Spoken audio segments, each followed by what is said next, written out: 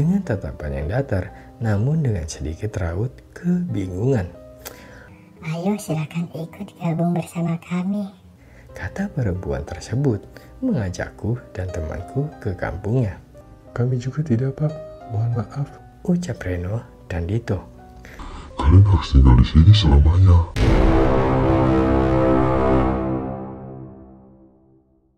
Assalamualaikum warahmatullahi wabarakatuh.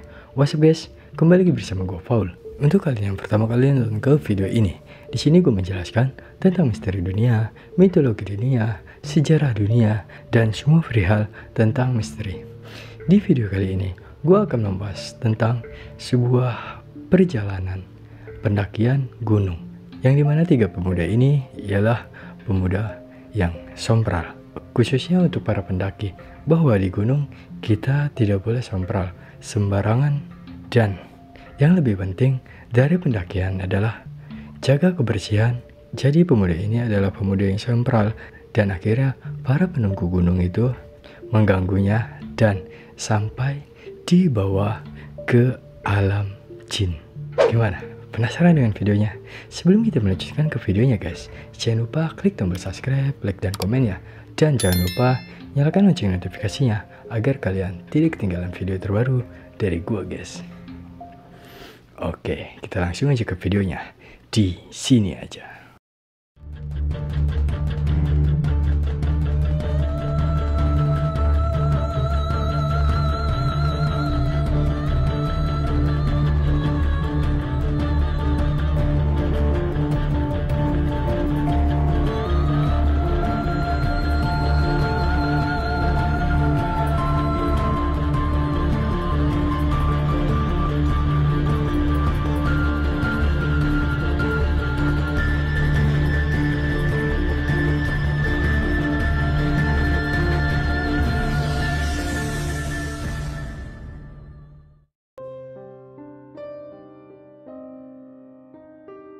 Tersesat di kampung jin.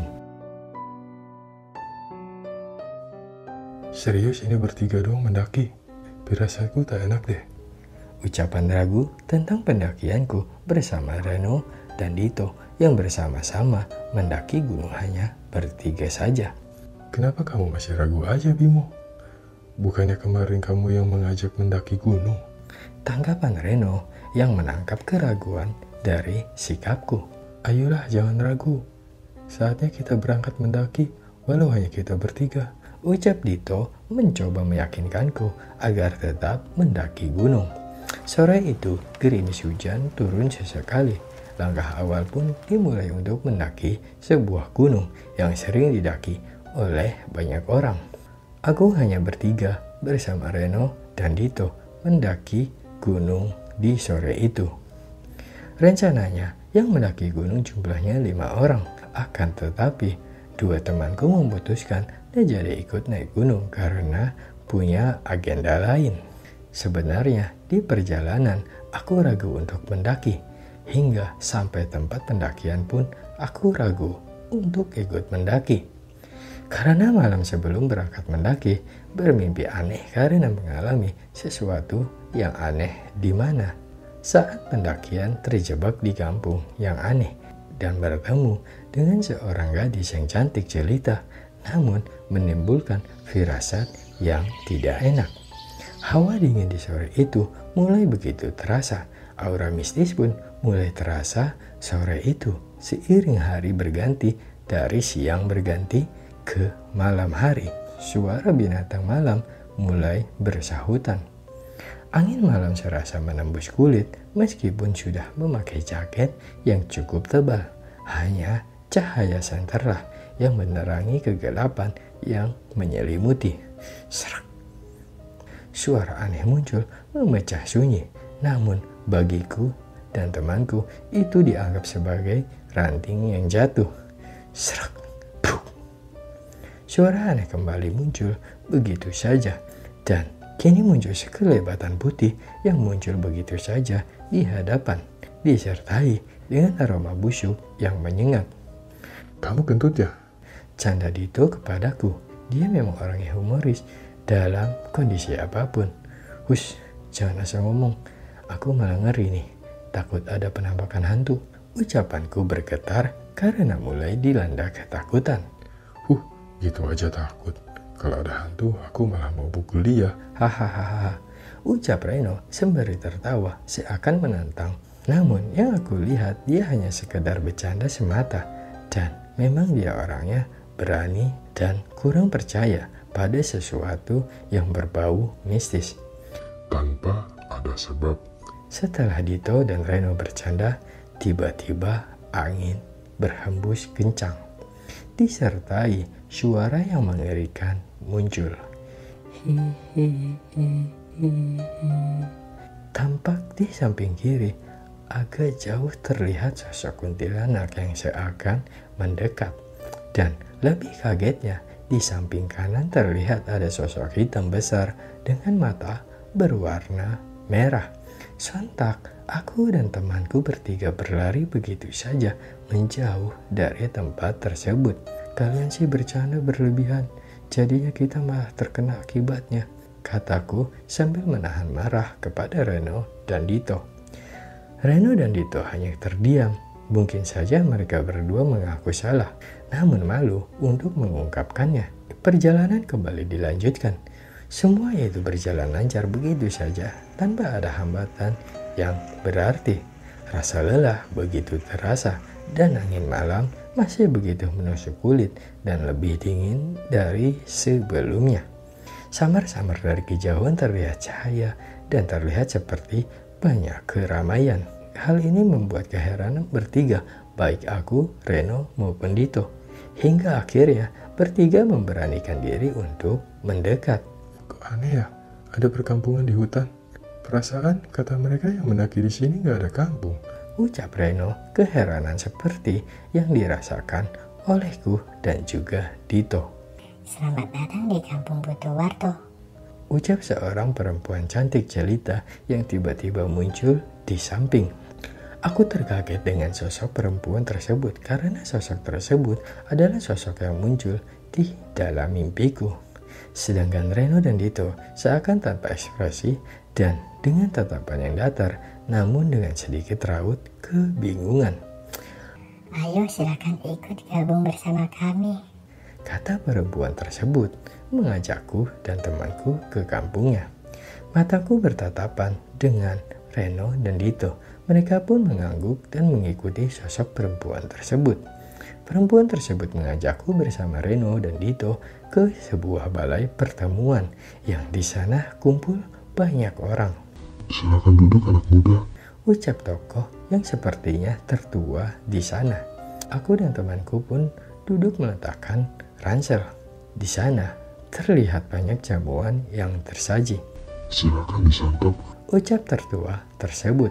Melihat banyaknya jamuan dan perut yang lapar, tentunya tanpa ragu untuk menyantap hidangan yang tersaji. Tak jarang sambil menyantap hidangan berinteraksi satu sama lain. Maukah kalian tinggal di sini? Tanya tetua tersebut setelah sekian lama berinteraksi. Hal itu membuat aneh bagiku dan juga Reno dan Dito karena dirasa janggal menyuruh tinggal di tempat tersebut hingga akhirnya kompak menjawab. Tidak pak, ucapku. Kami juga tidak pak, mohon maaf, ucap Reno dan Dito. Kalian harus tinggal di sini selamanya, ucapnya dengan lantang dan tegas seakan memaksa. Mohon maaf, kami tidak bisa, ucapku sembari mewakili Reno dan Dito yang terlihat mulai ketakutan. Bau busuk muncul tiba-tiba. Orang-orang yang berkumpul di balai tersebut menatap seakan tidak senang. Begitu melihat sosok tertua di sana, kini berubah menjadi sosok yang menakutkan. Sedangkan orang lain yang hadir pun berubah menjadi sosok yang menakutkan.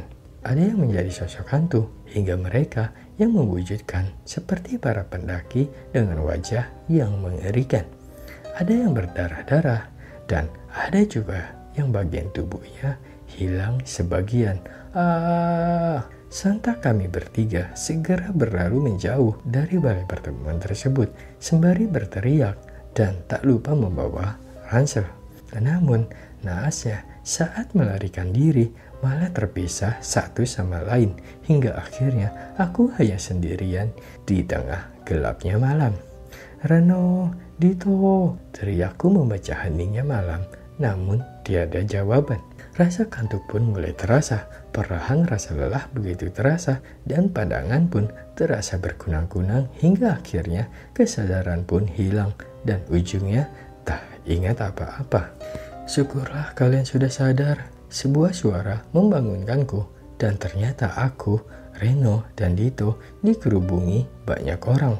Kenapa saya bisa di sini? Tanyaku kepada bapak yang sepertinya tertua tersebut. Ada pendaki yang menemukan kalian bertiga berdekatan satu sama lain pagi tadi, sehingga kalian dibawa ke tempat rumah saya berdasarkan penuturan Reno yang telah siuman duluan. Bapak rasa kalian dianggap telah menantang penunggu di sana dan membuat mereka marah.